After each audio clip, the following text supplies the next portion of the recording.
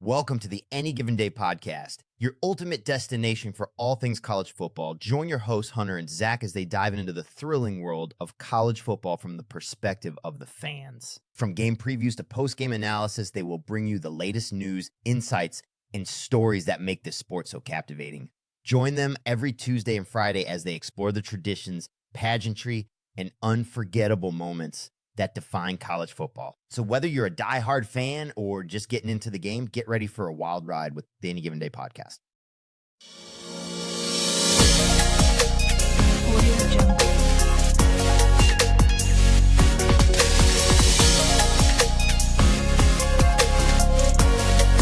Audio Jungle.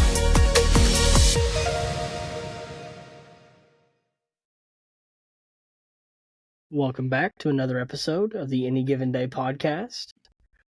We got a lot to go over today. A lot of interesting stuff happened.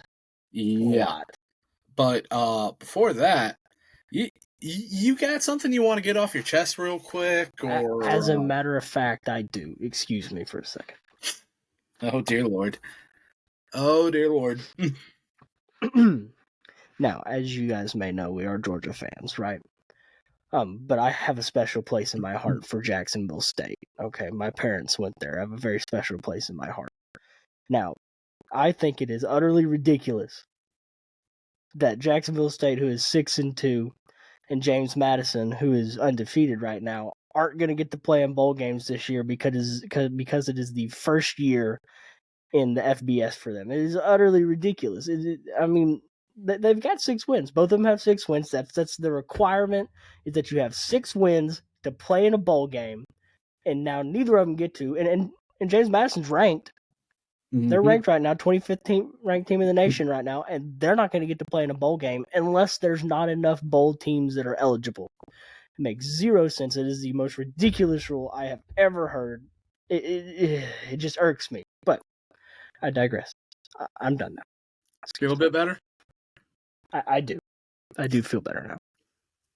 It's just the dumbest rule I've ever heard. It is kind of dumb, especially if you can translate as well as they did to the FBS level. That is kind of stupid that they're not able to go and be bowl eligible this year. Yeah. But I think there was something else we needed to really talk about, and I think I think you might have already put your piece up on Twitter earlier today. I did. But Emmanuel Acho is Acho his mind, apparently, because Acho mind. Acho mind. No, he's out here claiming that Caleb Williams has nothing else to play for this season, so he might as well go ahead and sit out the rest of the regular season. And it's not just him; it's a bunch of other media people, and it's not just Caleb Williams they're telling that to. It's also Brock Bowers and a lot of these top tier talents, and so I guess what I gotta say on it is I think it's stupid that they're trying to do that, because look at how many of these guys aren't going to be playing for a national championship or are not going to be playing for Heisman, yet they're playing every single day still. And more than just that, think about what NFL scouts would think about that. Like, I'm sure at this point they're kind of like, whatever on he's not necessarily playing a meaningful bowl game this year, so we can understand him sitting out that bowl game.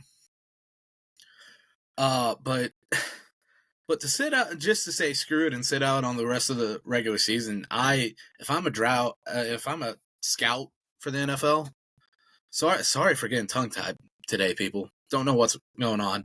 Hopefully that'll get fixed throughout the rest of the show. But if I'm a scout, scouting out a college player, and I don't care if he's as good as Caleb Williams is, if I see him go and say, "Oh, I'm going to start prepping for the draft," and he doesn't have a season-ending injury, and he chooses to sit out the rest of the regular season, he's automatically off my draft board.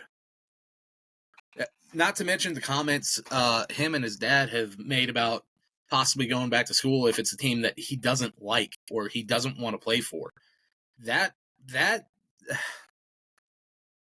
that's so stupid and it's so asinine. Yeah, I agree.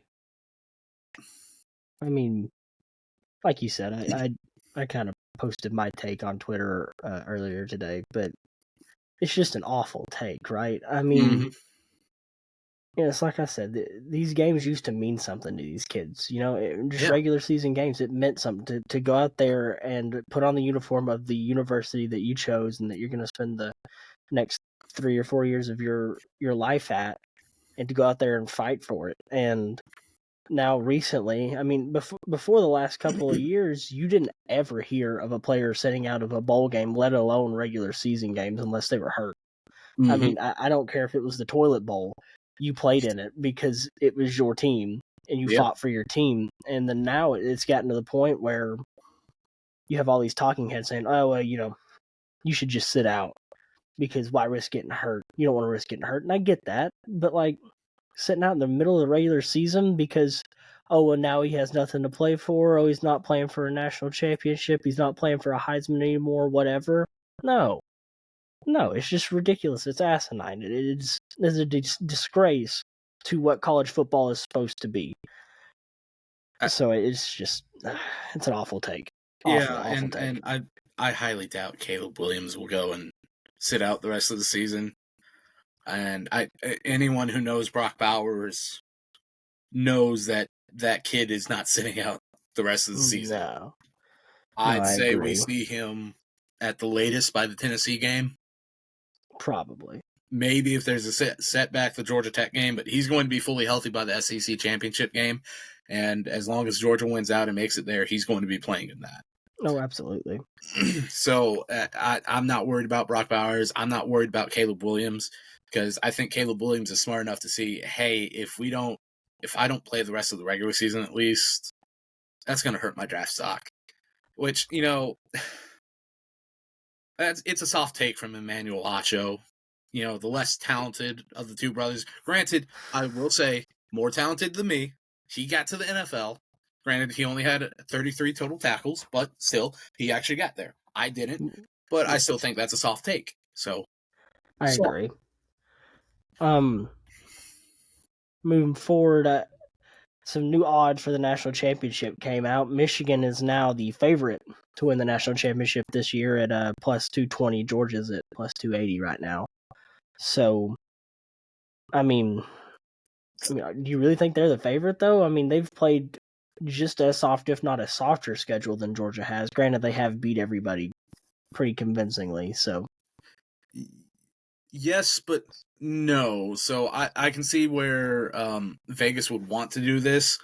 And not just that, but they also moved J.J. McCarthy into the odds-on favorite to be the Heisman winner, which is astounding. Because Michael Penix didn't. I don't know. I mean, whatever. Michael Penix throws a few interceptions, and all of a sudden he's no longer Heisman worthy. I can think of about 3 other guys I think would be more likely to win the Heisman than him, but I digress. I'm going to say this, and I say this without, I'm removing my bias. I look at J.J. McCarthy and Carson Beck, and I'd take Carson Beck over him. But from what I understand, apparently scouts aren't even looking at Carson Beck. And what I mean by take that is, I'd sooner see Carson. I think Carson Beck would win the Heisman before J.J. McCarthy would. I agree. If he puts up another 4,000 yards, if he puts up a 4,000 yard season, not another one, Stetson did that last year. If he puts up a 4,000 yard season, there's no reason why he shouldn't at least be a Heisman finalist. However, I also know that scouts are looking at J.J. McCarthy coming into the draft this year, whereas they're not looking at Carson Beck as a 2024 draft guy. They're looking at him as a 2025 draft guy. So they're scouting him for not this upcoming draft, but the year after. So right, and maybe that affects his Heisman odds. Apparently, possibly. Do I think Michigan is better than Georgia? Not necessarily do I think they have a better chance of making it to the playoff as a whole right now. Yes, because they're in a Yeah. weaker division. Say what you want about, oh, well, the SEC is having a down year. Yeah, but think about this. Outside of Michigan and Ohio State and Penn State at times, who have you really got in the Big Ten? I mean, Maryland's starting to bounce back, apparently, but Yeah, but that's it. I mean, until you get Oregon, USC, UCLA, and Washington in there, next year? yeah. You don't. You have Ohio State, Michigan, and every once in a while Penn State. So Yeah, it's really, that's Michigan's biggest game left is Ohio State. And do they play Penn State this year? I Oh think yeah, so. they do. They're in the same division. So yeah, they should. They're in the same I mean, division. those two games are their biggest games, and if I would assume so, they're in the same division. Mm-hmm. So, but go on. I mean, Michigan's got an incredibly easy schedule. Georgia still has a fairly easy schedule, but they still got to. I mean, they got to play Florida, which is not as good as they have been. They got to play Missouri, who's been good, took LSU to the brink. They got to play Ole Miss, who beat LSU. They got to play Tennessee still, who had Alabama on the ropes. Yeah, and that's another difference, right? So, for all those people crooning and crowing that, oh, Georgia's got such an easy schedule this year, all this stuff. All of a sudden, we're starting to see like 3 or 4 ranked opponents possibly on our schedule over the next few weeks, outside of Florida. Yeah, our schedule. My gosh, sorry, people. Old habits die hard, especially when you're trying to do an unbiased podcast. But that's on me. Right. But no, and not just that, but take into account the possible punishment that's going on with this entire Connor Stallion situation over in up in Michigan. They could be possibly facing a bowl ban depending on how bad it gets. At least a possible severe suspension to Harbaugh if he's found to have known anything about this, because they just came out and said, hey, yeah, we've got evidence that over the past 3 years, this guy has gone to 30 different games against 11 different Big Ten teams. Yes, I know what I just said, 11 Big Ten teams. They can't math right up north, apparently. But I digress. And where they have, apparently, they're going to have video evidence of him taping the sidelines coming into their office later on this week. And if it comes out that Harbaugh knew anything about that at all, you could be possibly forfeiting wins. Forfeiting wins. You could lose some scholarships. Harbaugh could face a suspension. This Stallion guy, he's probably going to be gone from the football world, to call it collegiate football world. I would be surprised if he stays in somehow. But you can't, if it comes out that it was true, you cannot do this stuff and get away with it in that regard, especially against, like we said, the Big Ten's so top heavy. Why are you trying to tape signals from Michigan State? You do not need them unless Harbaugh is that fragile that he does not think he can beat them. Apparently he doesn't, so it's very telling, but you're right on that. Yeah. But yeah, I mean, at this point, you're probably looking, if the video evidence is there and Harbaugh does know, then you're probably looking at a bowl ban for at least 1 year, if not 2 or 3 years. Which could knock him out. Playoff convention. Plus losing scholarships, anything like that. So, I mean, it could throw a real big wrench in the playoffs for this year plus a couple more years. And that's really going to hurt recruiting too, because if kids know they can't play in a national championship being at Michigan, why go to Michigan? Especially if it's for the next 3 years and you're coming in as a true freshman. It's like, well, I'm going to have 1 year with a shot to play in a national championship. Am I going to waste 2 years of my career unless you really want to go there and get developed? And how much longer is Harbaugh going to be here if this is as big as it seems to be? Because for So- all we know, he could try running to the NFL if they are going to come down with a suspension. Right. That might be his alma mater, So- but I don't know if if he's that loyal. No, not if it's going to be as big as it seems it's going to be. Speaking of big stuff, though, Quinn Ewers out with a grade 2 sprain in his AC joint, still in his shoulder. This could really affect Texas because, Mm-hmm. I mean, they don't really have a backup.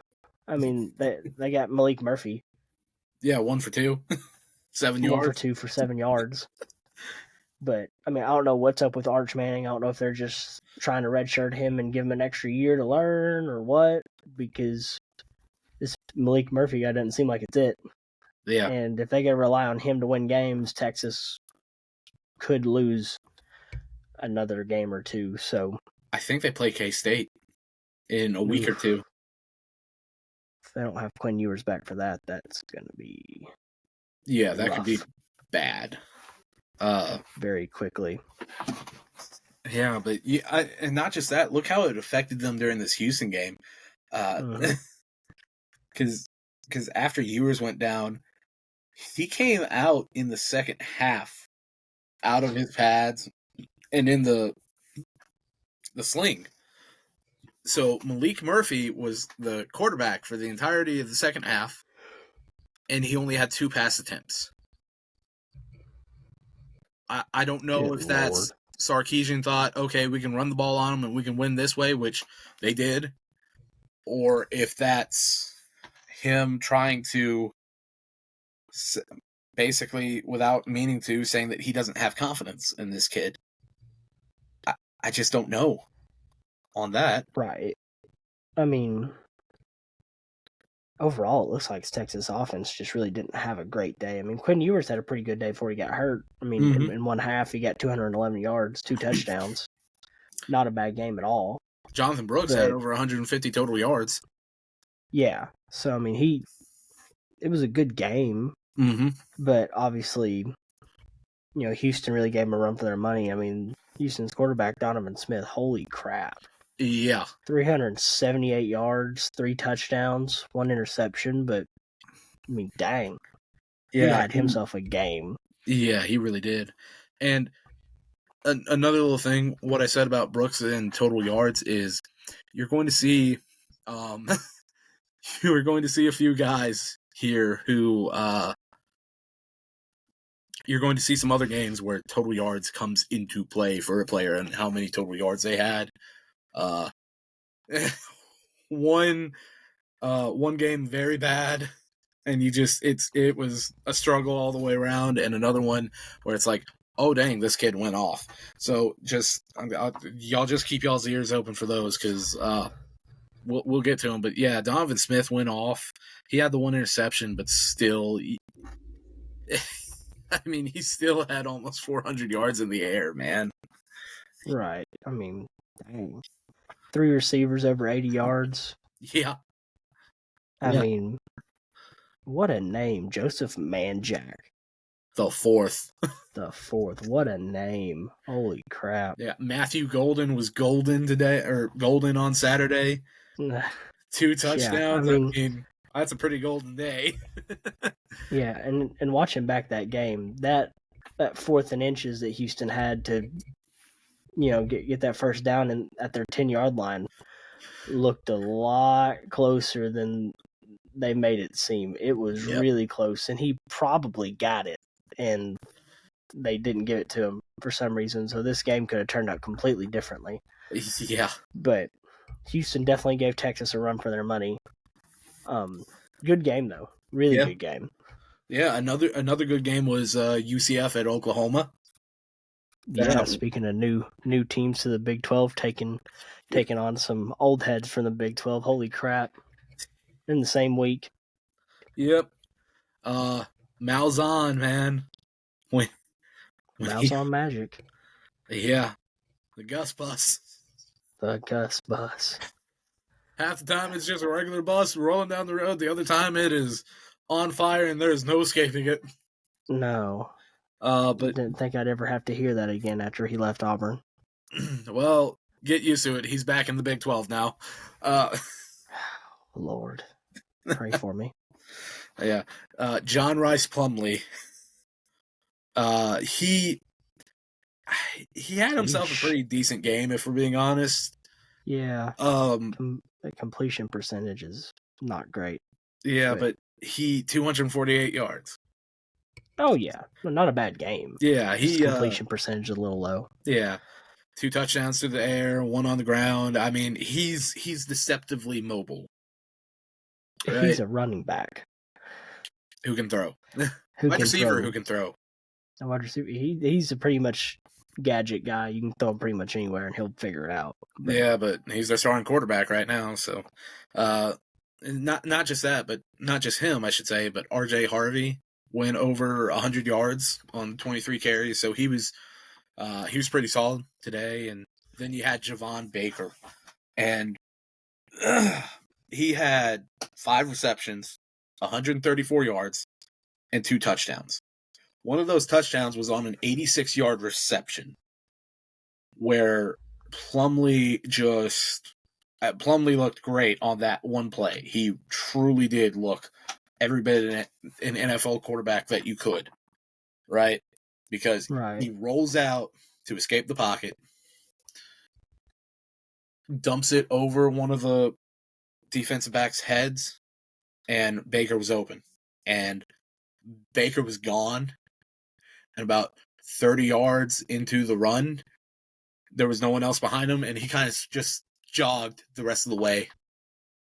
Blew a little kiss to Oklahoma sideline, and then got an excessive celebration penalty after he scored.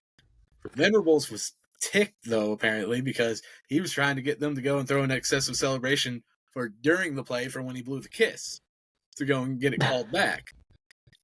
But they didn't. They added it on to the kickoff instead. So, Well, what can you do? yeah. Javon Baker, he looked every bit the NFL receiver that he could be. Right. He looked great. No getting around that. Right. But And Dylan Gabriel had himself a game too. I mean, if we're talking about Heisman contenders, yeah, why not? he has an outside shot at it. I think he has a better shot than McCarthy, to be completely honest. He should. Yeah. I He mean, should. still completion percentage not great, but 253 yards, 3 touchdowns, the 1 interception. Mm-hmm. It's not bad at all. Yeah. So I mean, he led Oklahoma to the win. At the end of the day, they got the win over his old team, and that's all you can really say. You know, he did great. Marcus Major had 82 yards. Gavin Sawchuk, I mean, went not crazy. 63 yards. Trust me, that's more yards. 10 receptions, though. What? I said 10 receptions, though. Yeah, Or carries. I'm carries. sorry. Duh. He's a running back. My bad. I can't read. No, it's all good. It's all good, man. But no, Whoops.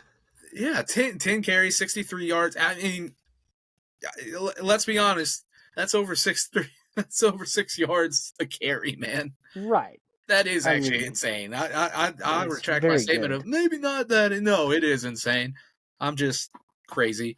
And he had a touchdown, and then Nick Anderson and Drake Stoops. Dear Lord.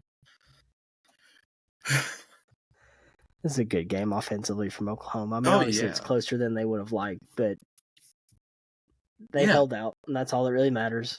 Yeah. At the end of the day, you get the win.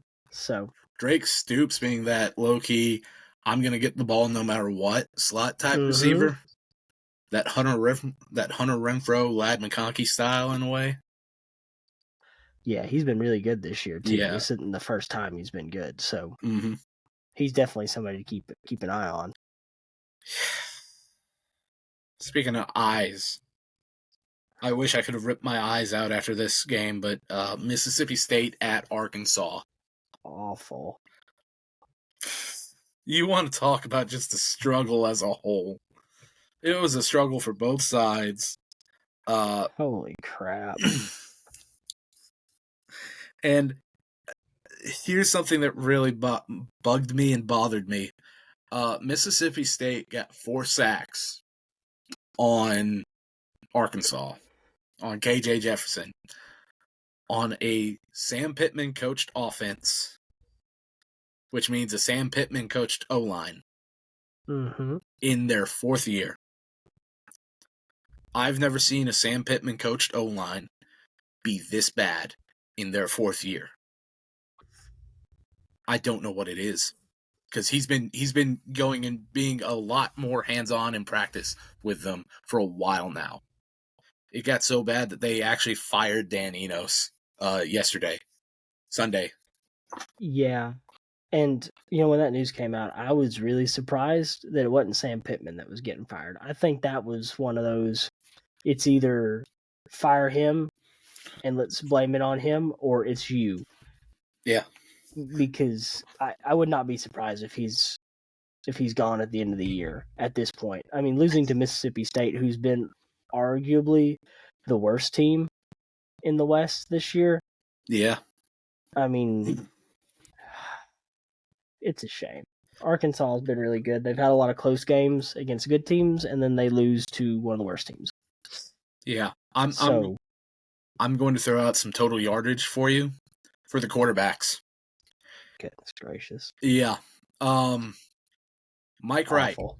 who is not the original starter for Mississippi State. I will say that. Will Rogers was out with an injury. He had 145 total yards. 85 Awful. of it was through the air. He didn't have 100 yards passing. Excuse me? He did not have 100 yards passing.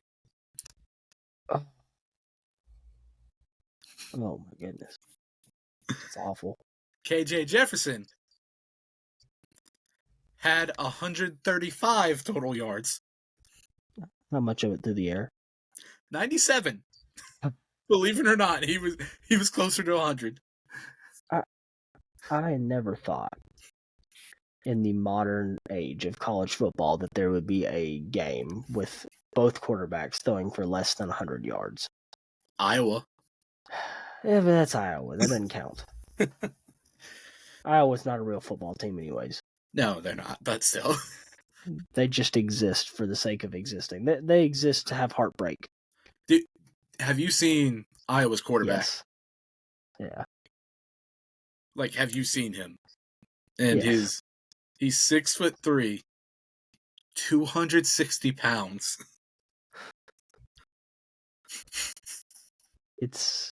He's a chunky boy. It's an interesting sight for sure. He is living the dream. I mean, interesting sight for sure. He's living every big man's dream, okay? Yeah, everybody wants to be the quarterback, huh? Yep. Goodness. All right, moving on to a much more exciting game. Very low scoring, though. Penn State at Ohio State. Mm-hmm. Now, I believe you guaranteed a Penn State win, did you not? I did. You did. And didn't I tell you not so fast, my friend? Ohio State was going to come in there and dominate? You did. And you know what Ohio State did? Well, they didn't dominate. No, they dominated. No, they didn't. 8 points. Did you see Drew Aller's stats? Awful. He's supposed to be the best quarterback going in this game. That was garbage. He was. Straight garbage. He was. 18 Apparently for 42, 191 yards. Garbage. I could have went out there and done better than that. My mom could have went out there and done better than that. Maybe. I doubt you could have. Maybe your mom. Okay. I'll take it. I'll take it at this point, because that was the worst showing I have seen from a quarterback in a primetime football game in my life. And I've seen a lot of awful quarterbacks in primetime football games. I had to watch Joe Cox play for the University of Georgia. All right. To be fair, nothing's ever going to be as bad as Jamarcus Russell for the Raiders. Yeah, but that's the NFL. We don't count that. The NFL doesn't exist in this universe. Players just disappear once they leave college. Oh, so that's our backstory and lore. Okay. Yeah. Yeah. Okay, fair. But no, coming into this game, Drew Aller, by every aspect of everything, was the better quarterback. But I guess the crowd up in Columbus got to him. Over in Columbus. The shoe. Yeah. And I'll say it, compliments to Ryan Day. I'm kind of sort of starting to believe he's adapted, evolved in a sense. I think he realized early on, once Stroud left, we're going to have to change up our style of play because we do not have the same caliber quarterback that we have had in the past in like C.J. Stroud and Dwayne Haskins and all them. They don't. McCord is not on their level. And no. And I don't mean that in a bad way, but he's not the threat to run that Stroud or Haskins or Fields were. This is a guy who is very much a pure pro pocket passer. I'm sure if he absolutely needed to, he could run and make an escape and get a few yards, but he's not going to be. They're not going to go and have defenses are not going to have linebackers sitting back waiting for him and spying on him every single play. You will not see that happen. Yeah. I mean, go. I don't know how, because this rarely happens in college football, right? Mm-hmm. But Ohio State went from having an elite offense with a mediocre defense in the span of 1 year to having a elite defense with a mediocre offense. I don't know how that happened. You wouldn't assume a quarterback would have that much to do with it, but apparently it does, because they have pretty much the same talent around him that C.J. Stroud had, minus a couple guys. But, I mean, their defense has been amazing this year. It has been a really great defense this year. I'm hesitant to say elite. I really am hesitant to say elite. Because they have struggled a bit with some of these Big Ten offenses. And while unique, they're not. I think their test is going to be Michigan this year. If they can hold Michigan to under 21 points, I will say they are an elite defense. It's not elite, they're physical, at the very least. Yeah, Ryan Day was not lying when he said they were physical. I retract that statement. I still think Lou Holtz beats him in a fight. But, unlike Lincoln Riley, he has adapted. He's realized, hey, the way we have played these past few years is not going to cut it this year. We need to do this. And hopefully this is a way that he can, from an unbiased perspective, from someone who unbiasedly who wants just great football in general, hopefully this is something that clicks and he figures out a way to go and keep this physical style of defense while also going and having these elite offenses that they have had in the past. Because I do think that is good for college football. Because it puts an actual threat, another contender at the national championship level. They haven't necessarily been a true contender with just an offense. Look how many times they've made it to the playoffs and then immediately got knocked out in the first round because they run up on Alabama or a more physical Clemson or a Georgia in this past year's case. So hopefully he can keep this going and be more of a test for some of these teams. Right.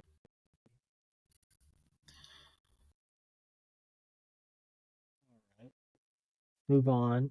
We got Duke at Florida State. Now, we both picked Florida State, and we said if Riley Leonard played, it would be a whole lot closer. We still both picked Florida State, even if he did play. And he did end up playing.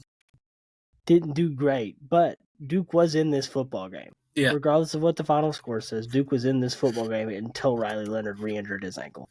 Yeah. So, I mean, Duke can be a really good football team with Riley Leonard at quarterback. But if he's not there, Is Henry Bellin the fourth is not it.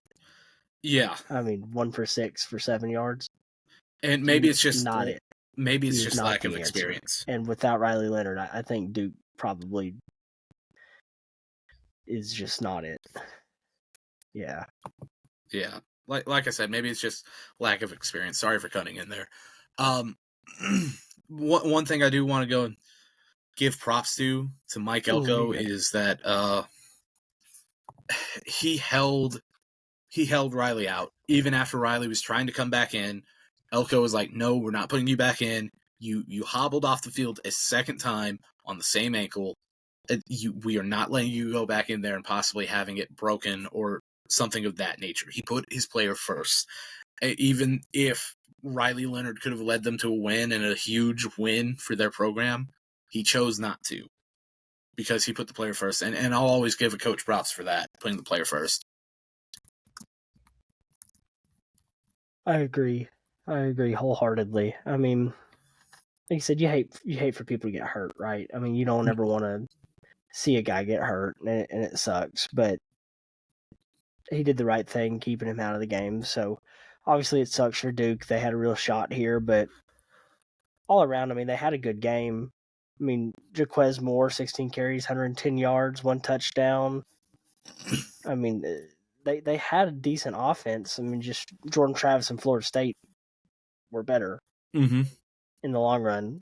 Unfortunately, I mean, 268 yards, 2 touchdowns, another 62 yards on the ground, another touchdown on the ground. So, I mean, they just spread the wealth on that offense. A lot of receivers with some high number of receptions. And a defensive back in Chandler Rivers. He had a pick 6, so that's always... Yeah. So, I mean, Duke had a great offense and a great defense. And then once Leonard came out, they did not have the depth to keep going. Right. But it's unfortunate for Duke, but yeah, what can you do? It's like you said, it was really sharing the wealth with the wide receivers. Not just wide receivers, tight end too. You know, you had Jaheim Bell with 53 yards, Keon Coleman with 54, and Johnny Wilson with 58. You had 3 receivers with over 50 yards. So it was a good game overall for the receiver corps. You had another receiver with 40 yards, Lawrence Toafili. And it's insane the numbers they were putting up. You don't see I think that's how you pronounce it. I think so. Maybe if not, maybe I get this next name right. Keziah Holmes also had a touchdown reception for 7 yards. Oh God. So, yeah. I swear, the older I get, the weirder these names in college football get. Yep. General Booty. Yeah, that's what I'm saying. Like Kool-Aid McKinstry. All these names are getting weirder and weirder. Boom Williams. I respect it. Yeah, I mean, I respect it, but like, good Lord. Give me a break, please. Well, at least with Boom and Kool-Aid, they're both just nicknames. General Booty. Right. General Booty. Literally named General Booty. I know. It's his actual name. The backup quarterback. I think he's backup quarterback for Oklahoma. General Booty. Yeah, I think he's still in Oklahoma.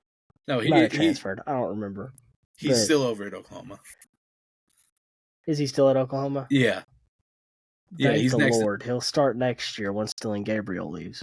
Yeah, and then he'll really be getting a lot of General Booty. He's gonna be a big part of the podcast, I'm telling you. Oh yeah. He's gonna have a segment on the podcast every episode whenever he's playing. All right. How much is be the weekly Booty report? Good Lord. Oh, goodness mercy. All right. Moving on from that topic, let's go on to Arizona State at Washington. Now, if you had told me leading into this weekend that this game would be an 8-point win for Washington, one, I definitely wouldn't have thought it would have been 15-7. Yeah, no. And two, I would have told you were crazy based off of how Washington has played this year. But good Lord, Washington's offense just imploded. Yeah. 3 turnovers from Penix Jr. and not a single offensive touchdown. Their lone touchdown for the game was on a pick six, an 89-yard pick six by Michael Powell? I'm not even going to try. Yeah, whatever you said sounds about right. Michael? Yeah, Michelle? sounds right to me. I don't think it's Michelle. Maybe it is Michelle. Who knows? Michelle? Good Lord. Who knows? I'm telling you, these names are getting crazy. Yeah. Crazier and crazier. Yeah, look at Cameron Scatabo. Oh, goodness mercy. All right. I feel like I'm saying some kind of sexual term that I'm not supposed to say every time I read some of these names. Oh, dear Lord. Goodness mercy. Trenton Bourguet for Bourguet. For Arizona State. You know, he, all things considered, he was a backup. He's not there. He's not the guy who would typically be starting. Jaden Rashad is out with an injury right now. And it begs the question, what happens if he is in that game? Does Arizona State pull the upset? It definitely could have turned out differently. Yeah. It was insane looking at the score, looking at this game, and Kenny Dillingham, Arizona State might only be 1-5, 1-6, but you look at it, and he has had them in all of these games. They have put up a fight each and every time, especially against the big opponents like Washington and USC. I truly think he is going to help turn that program around. No, I agree wholeheartedly. It was actually kind of hilarious during his post-game presser.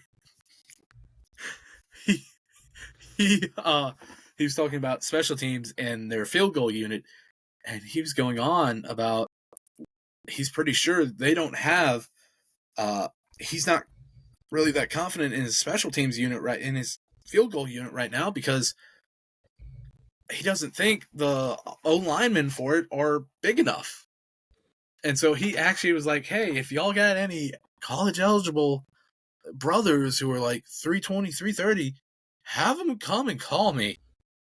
Oh, good Lord. We need some guys. And it's like, hey, fair enough, man. It really is fair enough. If I was a few years younger, I might give him a call and be like, hey, I know how to block on a field goal unit. You still got some eligibility left, don't you? Oh yeah, I got all 4 years. All 4 There you go. Hey, go back. Call him. See what you can do. This is your chance to shine, big dog. Come on. I don't know if I got the grades for it though. That's Nah. You got to relive the glory days. Come on. Oh, that's bad news. Sitting like, oh boy. I'm getting a jersey if you go play for Arizona State. All right. I mean, I'm getting a jersey. I'll call. I'll give it a shot. Yeah, you might as well. I mean, what's the worst that can happen? He tells you no? Yeah. There you go. Now, talking about shocking stuff, though. Holy crap. Virginia beating North Carolina 31-27. I didn't even think about this game, right? Mm-hmm. There's not a thought in my mind about this game. This was going to be North Carolina coming in here and just destroying Virginia. Because Virginia has not been great this year. Yeah. And then I wake up the next morning, and I'm getting ready for work, and I'm like, let me check some of the scores, see what happened last night. Whoa. Where did this come from? It came out of absolutely nowhere. I had no shot that this would happen. But, I mean, Tony Muskett, 20 for 30, only 208 yards, but great completion percentage. 1 touchdown, 1 interception, another 66 yards on the ground. And Malik Washington, 115 yards receiving on 12 receptions, another touchdown. Mike Hollins. I mean, holy crap. Mike Hollins, 3 touchdowns. I mean, holy crap. They went off. They played as a complete team, as a unit, and I was like you. We didn't have this game in our preview this past week, mainly because it was at Chapel Hill. I thought there was no chance. And honestly, I did get to see the last quarter of this game, and it ended for Virginia. It ended with an interception from Drake May to James Jackson. It's either James Jackson or Jason Jackson. One of the Jacksons. Yeah, and it ended the game, and it locked it up for Virginia. That is their first ever top 10 road win in program history. Holy cow. And I'll say this. I was all for North Carolina winning out and possibly getting to the playoffs because, hey, fresh face in the playoffs. But I'm not going to deny that I'm happy that Virginia won. And that's a bit of a personal reason. Back when I was in high school, we had this kid transfer in my freshman year. He was a junior, and he came in, and he was our starting quarterback for our football team. A very talented kid, very good kid, just very humble, right? He goes on, and because he's 6 foot, he doesn't get a Power 5 offer. But he ends up getting a D1 offer to go and play over at App State. He leads them to 2 bowl wins in their first years that they were able to play for a bowl game. Their first ever bowl game, he helped lead them to a win in it. And then he did it the same year after that. I don't really think he tried for the NFL draft because, once again, of his height, which is bullcrap because you look at someone like Kyler Murray, he was listed as 5'10", but it's probably more like 5'8". And he gets to go number 1 overall, yet this kid didn't. It bothers me. If he had been 3 inches taller, he would have been a Power 5 quarterback in the SEC. I truly do believe that. Right. He goes into coaching, becomes a grad assistant over at South Carolina. At some point or another, he's quarterbacks coach and offensive coordinator over at Gardner-Webb. And all of a sudden, I think the last year or two, he has been the quarterbacks coach up in Virginia for Virginia University. His name's Taylor Lamb. He's a great guy and one of the nicest human beings you could ever meet, from my perspective. And I've got nothing but nice things to say about him, and I'm super pumped for him. You know, that's my little side tangent story. Sorry, but I'm happy for him. I really am. I will say it also probably hurt North Carolina. Getting back into the actual game, it probably hurt them that they stopped using Omarion Hampton as much as they were. Right. He had 19 touches for the game, and 12 of those were in the first half. 12 or 13 of them were in the first half, and it was he was non-existent in the second half. This guy was averaging almost 6 yards a carry, and they were not getting him the ball when they should have. I don't know what Mac Brown was thinking at all. He wasn't. I guess not. It cost them a win. Devontae Walker went off again. He's been going off really ever since he got there. So 146 yards, touchdown on 11 receptions. He did his job. So right, and that's all you can ask for, right? Yeah. So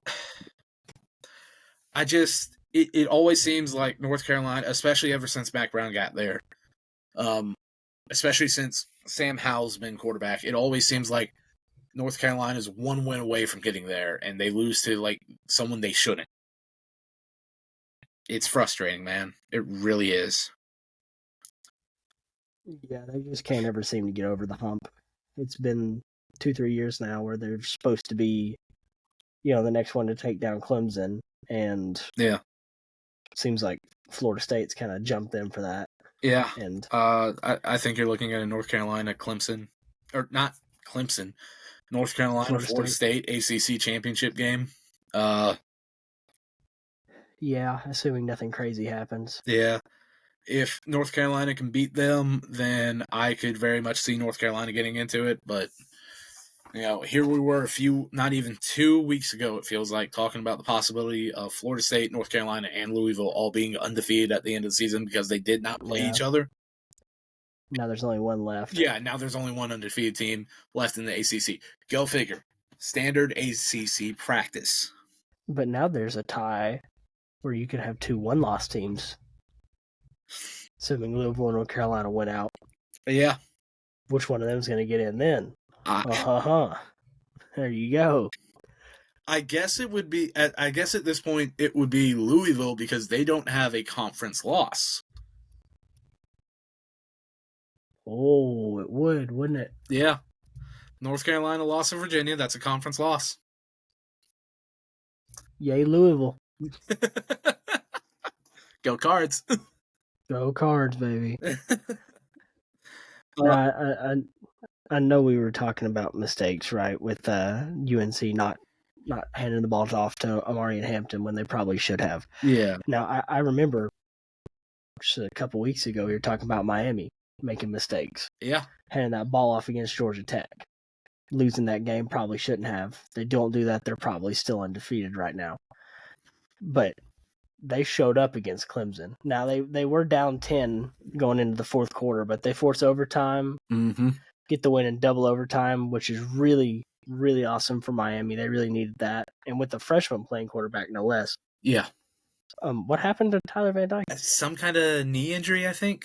That's a shame. Yeah, it is what it. Maybe not knee injury. It might have been leg injury. Did he get hurt in this game, or was it practice? No, he didn't get any snaps. So he didn't play at all this game. Okay. Yeah, he was down. Let's see. Looking it up. I mean, that makes this win even more impressive. Oh yeah, backup. With a true freshman. Was it a true freshman or is it a redshirt freshman? I have no clue. Okay. Right hand injury. It was a hand injury for Van Dyke, and that's the throwing. I feel like I remember him hitting his hand on somebody's helmet in their last game. Yeah, that's probably what did it. Yeah. That's. I mean, watching the game, right? Mm-hmm. The thing I saw, would be if you can make Will Shipley if you can take him out of this offense is non-existent. I mean, They play around him so much, and if you can take him out of it, there's really not much they can do. Now, I don't know if you heard, but apparently on the last play of the game, something happened. Oh, no. And Cade Klubnik changed the play.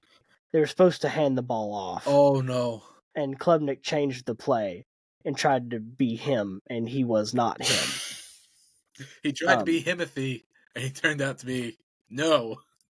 No, yeah.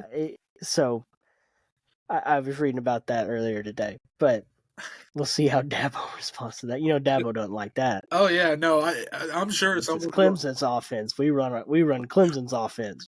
So, eek. We'll see how that goes. Who's going to be starting at quarterback next week for Clemson? Probably still Klubnik. Probably they don't got nobody else, do they? No, DJ Hughes over at Oregon State. That turned out to be a mistake, didn't it? I don't know. I still don't know at this point. Like both of them are awful. I'm gonna be really honest. I don't like either of them. I mean, DJ Hughes actually looked pretty solid over at Oregon State. He's shown flashes. Yeah. All right. Yeah. I'm not gonna go so far as to say solid. All right, not so fast, my friend. We're not saying he's a Heisman contender. He's not even been solid. All right. He's shown flashes. I'll give him that. I mean, at least he's solid enough to get drafted to the major leagues in baseball. You could get drafted in the major leagues in baseball. He got drafted in the MLB draft. I know, but you could get drafted. There's like 100-something rounds. Hey, the Braves did technically draft Dallas Braden, and then they talked him out of it. Like, hey, we didn't really want to draft you. You were just That's what there. I'm talking about. Anybody could be drafted. I could be drafted, and I haven't played baseball in years. Not the point. Not the point. We're getting off track here. We are getting a little off track. Sorry, Let's get back on track. Utah at USC now. Before we get to that, though. Oh, go ahead. Go ahead. What? I had something to kind of lead into that, but go ahead. Back on Dabo real quick. Mm-hmm. Once again, you're starting to see the whole philosophy of not taking anyone from the transfer portal and not really buying into the NIL all that much. You're starting to come back. You're starting to see it come back and bite them a bit right now, because they might be a perennial ACC championship contender. They will not be a national championship contender until they start using the transfer portal. I believe that. But I think it's because he fears about losing that tight-knit bond that team has compared to a team like USC, who I see. Yeah, you look at their roster, a lot of these guys came in from the transfer portal when Lincoln Riley was there, or came in this past offseason for the second year because they were offered this money through NIL.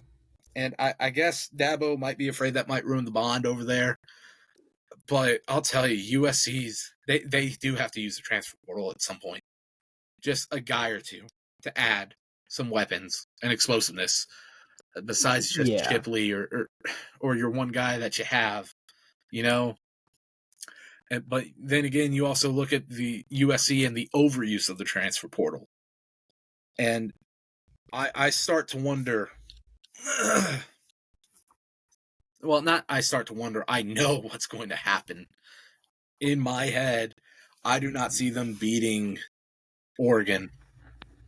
I don't see them... Let me double check this just to be sure. But I think they play Washington still. Yeah, they play Washington. That's 2 losses right there, big dog. Yeah. They play California, which that should be a win.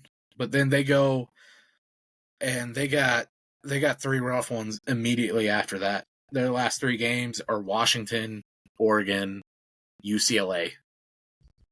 Goodness gracious. They're 2 losses right now.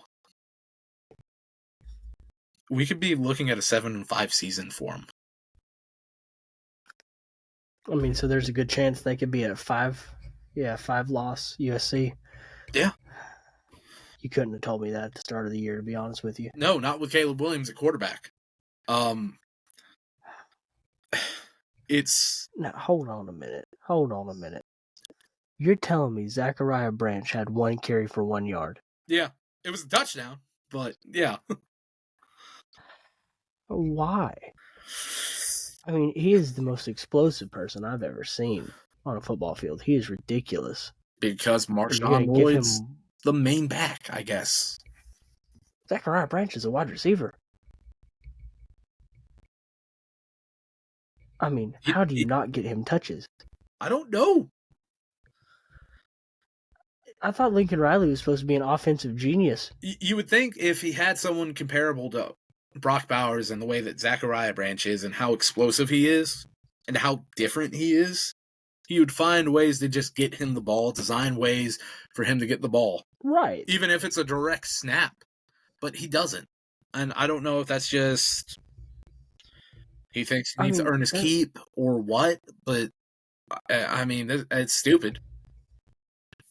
It's dumb. It's entirely too dumb.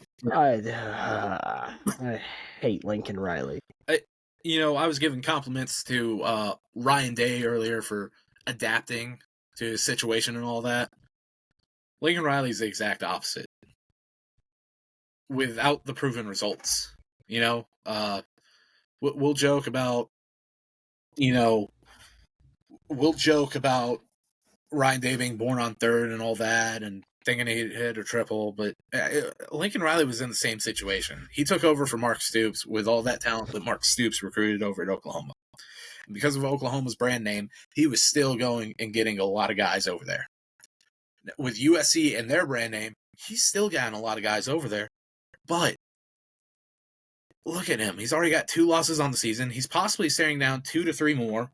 Now, granted, if Washington comes and plays like they did against Arizona State, USC should beat them. But I don't think that'll happen.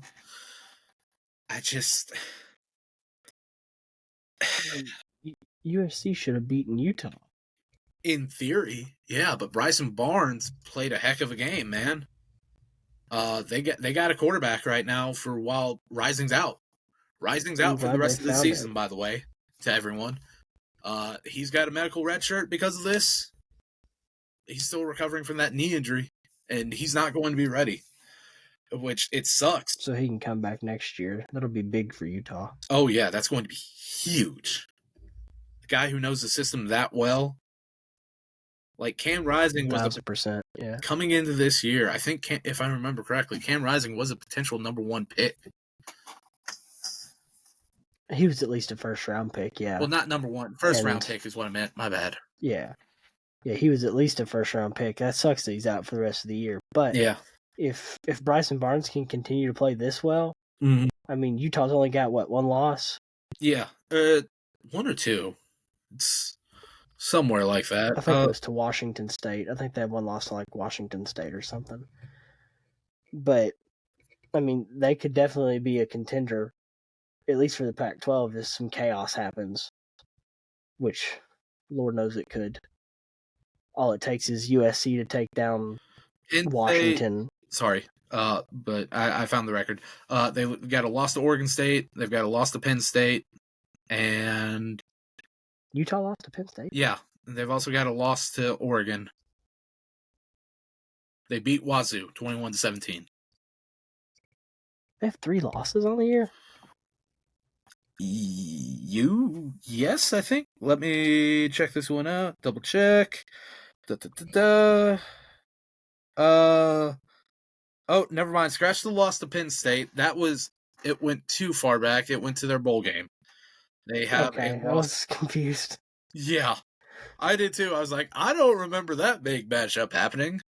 But no, they got a loss to Oregon State and Oregon State. That's it. Yeah, Oregon State. Okay, yeah, 1 loss. Okay. Yeah, they play Oregon this week. Yeah, that's going to be a toss-up. But yeah. And Washington later in the year. Holy crap. Yeah. And Arizona State. Do not look past the Sun Devils. And Arizona. Can't look past the Wildcats either. Yeah. And then Colorado. You know, those Buffaloes. I thought they already played Colorado. They finished the year off against fair. Colorado. That was still last year's schedule. Anyway, looking at this game, I guess Utah just has USC and Lincoln Riley figured out at this point. Kyle Whittingham is the better coach between the two. And until Lincoln Riley bites the bullet and fires Alex Grinch, I don't see them getting better. It ain't going to happen. Oh, no, it's not. I think he's going to head to the NFL if they have a 5-loss season. That would be poetic. Yeah. And I would love it because I don't have to talk about Lincoln Riley anymore. He's my least favorite thing to do because he's not a loyal person. No, he's not at all. And he's a horrible football coach. Great offensive mind. Great offensive coordinator. Terrible head coach. Terrible head coach. They don't play defense with a purpose at all. Not physical. They're not physical at all on defense. Just undisciplined, and it's a shame because there's a lot of talent on that team, and it's untapped potential. It's a shame. Yeah. Speaking of undisciplined, Tennessee and Alabama. Tennessee had so many penalties in this game. 1 second. May I speak freely? Go for it. I'll get my moment to shine in a second. What in the world?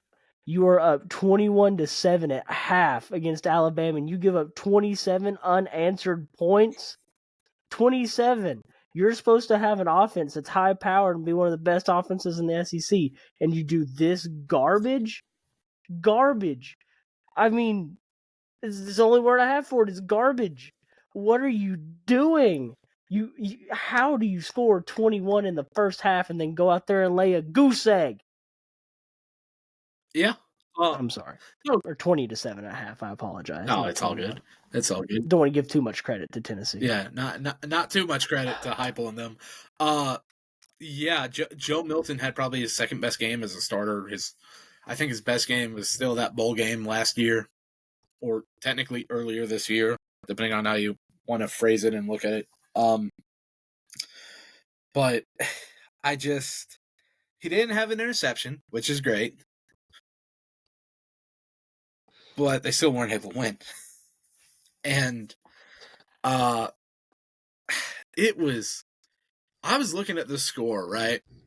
I was looking at the score at halftime, and I was thinking, so the last two times that Alabama had a big game, I had picked against them, and I was wrong. And Alabama won and screwed me over on our little points system thing.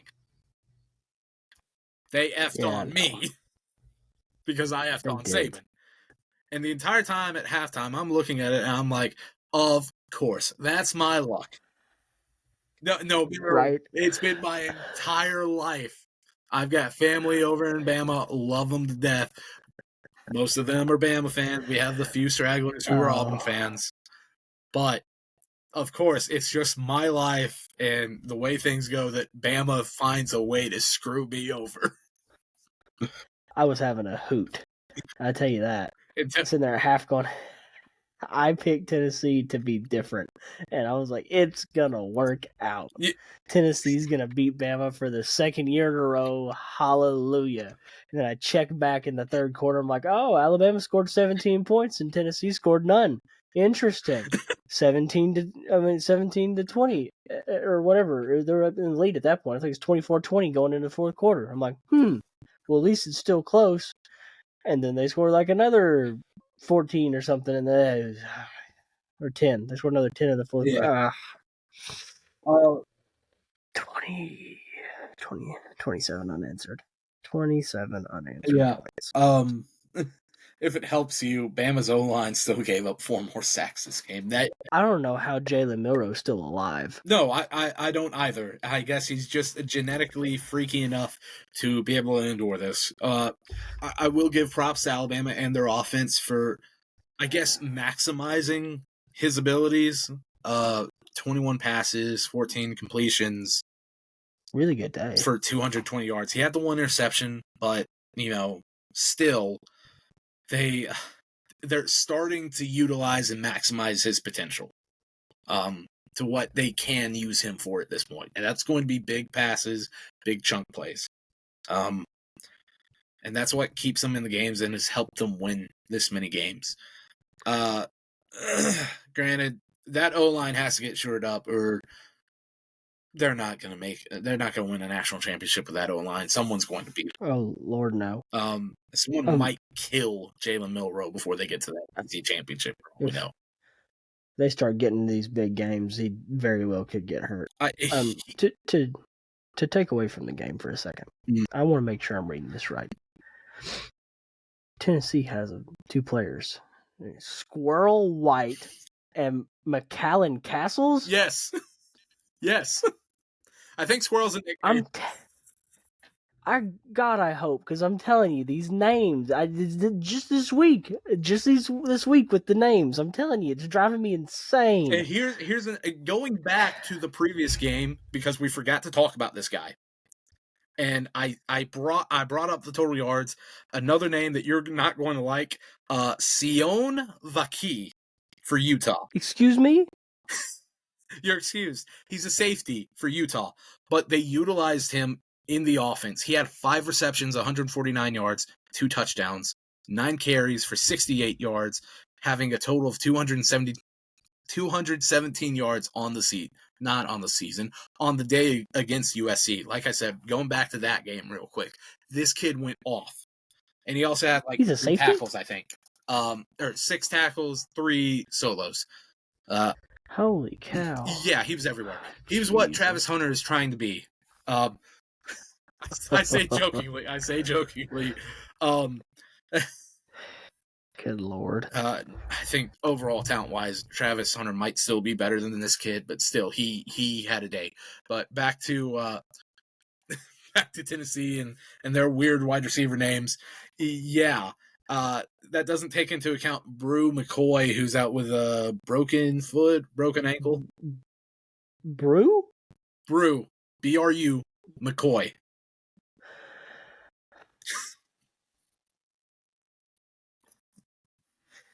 Oh, no. Oh yeah. I'm getting old. I mean, I guess you are. You got 2 kids now. I'm getting old. This is ridiculous. It really grinds my gears. You know what I'm saying? I'm just. It really just grinds my gears because this is ridiculous. Yeah. Name your kids regular names. Quit giving them stupid nicknames. Give them regular names. You're ruining their lives. Anyways, back to what you were saying about discipline earlier. Tennessee had. They had more penalties this game, you know. They had a lot of penalties this game. Yeah, and Josh Heupel had the audacity to complain about it in his post-game presser. Really, the audacity. He looked like an overgrown Bobby Hill. You know, I never put that together until you just said that. That's beautiful. I'll send you the meme picture later. What people are failing to realize is so far, as a head coach, his first 3 years as head coach were over at UCF. The first year, they averaged 9 penalties a game. And then the next 2 years at UCF, they averaged 11 penalties a game. Or 14, my bad, 14. Good Lord. Yeah. And so far over at Tennessee, the first year they averaged 9 a game, 9 penalties a game. And so this season and last season, they've averaged 11 penalties a game. So you might want to go and check up on how disciplined your players are before you go and start blaming the refs for stuff. Mm-hmm. It's annoying. And to the Tennessee fans, it's annoying to hear it from you too. Trust me, I get. I've been on the side of Alabama's paid off the refs, but too many times. Tyler Simmons was on too sides. many times. Yes, he was. But at the end of the day, there's actual proof that you guys need to be a bit more disciplined. So he's got to get that shaped up, and he's got to find a way to adapt to certain defenses, or else they're not going to survive. Yeah, not long term. He's not going to survive long term if he keeps this up. Yeah, might go and catch another case of gout in his foot. Ever seen that King of the Hill episode? No. Bobby Wynn got gout. No, I have not. Anyways, good Lord. Anyways, back to that. Tennessee allowed 3 sacks to Joe Milton as well, but he's a big boy. He can handle it. Yeah, and Jalen Milroe is too, but Jalen Milroe has also been sacked nonstop multiple times a game. Every game, it feels like. And that's just something I want to go back to. This O-line is not good for Alabama. I just have a question. Would you say that Alabama's offensive line is anemic? Yes, it is. It is anemic. Very much so. Okay. It is very much anemic. Just checking. Just wanted to make sure.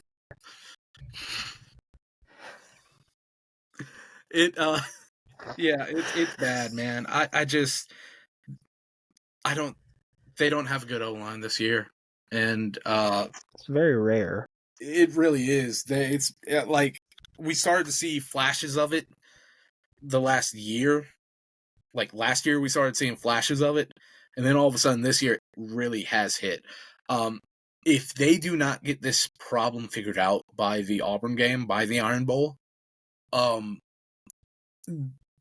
it could be They ugly. could lose that game.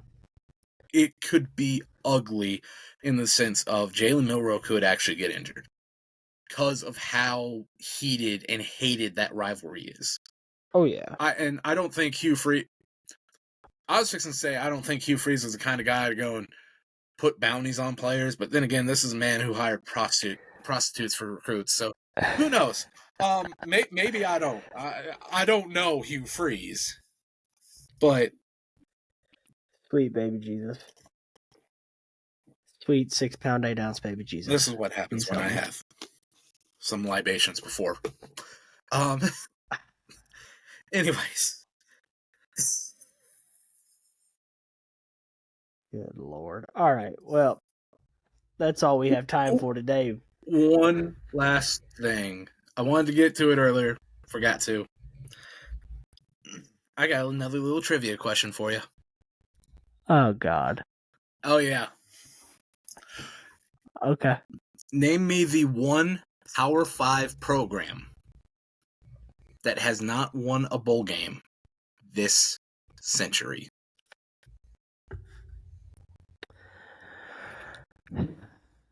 I know this. Do you? I did, because I heard it. Oh, God. I heard it. I heard it earlier this year. Oh, God. Who is it? What conference are they in? Midwest. They're a Midwestern team. I will give you that. What conference are they in? Think about it. What conference is mostly Midwestern? What colors are their uniforms? I'm not giving you that. Is it a team I would know? I would hope they're in the Big Ten. There's your. The Big Ten. Okay, Midwest Big Ten team. Like, seriously, Big Ten is mostly Midwest. And then you got the hellhole that's Ohio, and then Pennsylvania. Upper Midwest or Lower Midwest? I'm going to say upper. I don't know.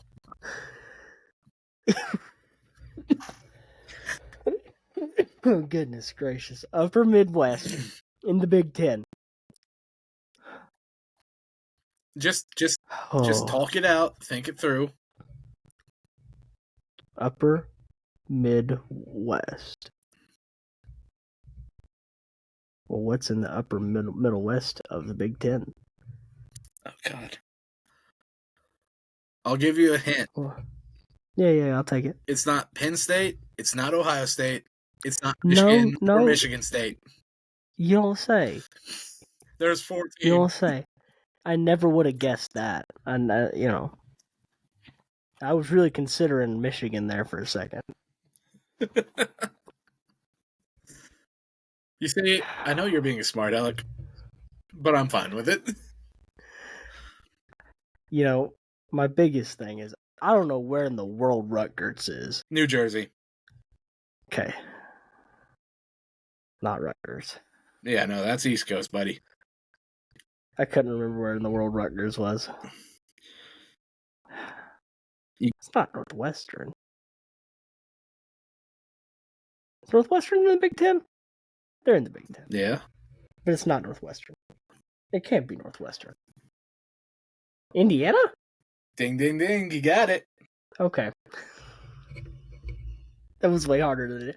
I thought Indiana about 5 minutes ago, and I couldn't pull the trigger because I could have swore, I don't know. Well, you got it. That's where I heard it from. It was Indiana versus Ohio State. Was it? Was that? That's where I heard that from. I heard it during the Indiana-Ohio State game. Well, I just heard of it today, so I mean, hey, congrats. I'll let you sign us off, man. Thank you for listening to another episode of the Any Given Day podcast. Do you have any closing thoughts? Let's see.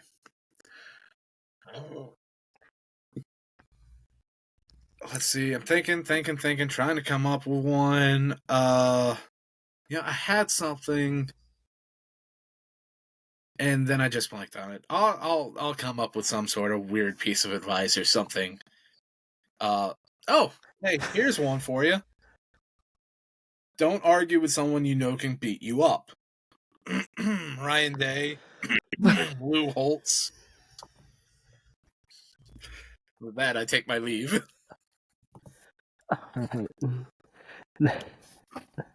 Thanks, guys. See you later. Thanks for listening to another episode of the Any Given Day podcast. Make sure to subscribe to the show on Apple Podcast, Spotify, and YouTube.